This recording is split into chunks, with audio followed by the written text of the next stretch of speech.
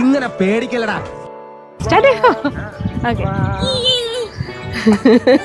ഒന്നും കൂടെ ഇനി സ്ലീവ്സ് നേരെ വരുമ്പോ സ്ലീവ്സിലോട്ട് പോണേ.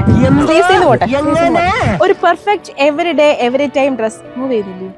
വിജയ് എത്ര പ്രാവശ്യം നിനക്ക് ഞാൻ പറഞ്ഞു തരണം? പക്ഷെ ഒരു ഭംഗി തോന്നുന്നില്ല. ഈ പൂ കിട്ടത്തില്ല. പൂ കിട്ടി നല്ല ഭംഗിയുണ്ടായിരുന്നു.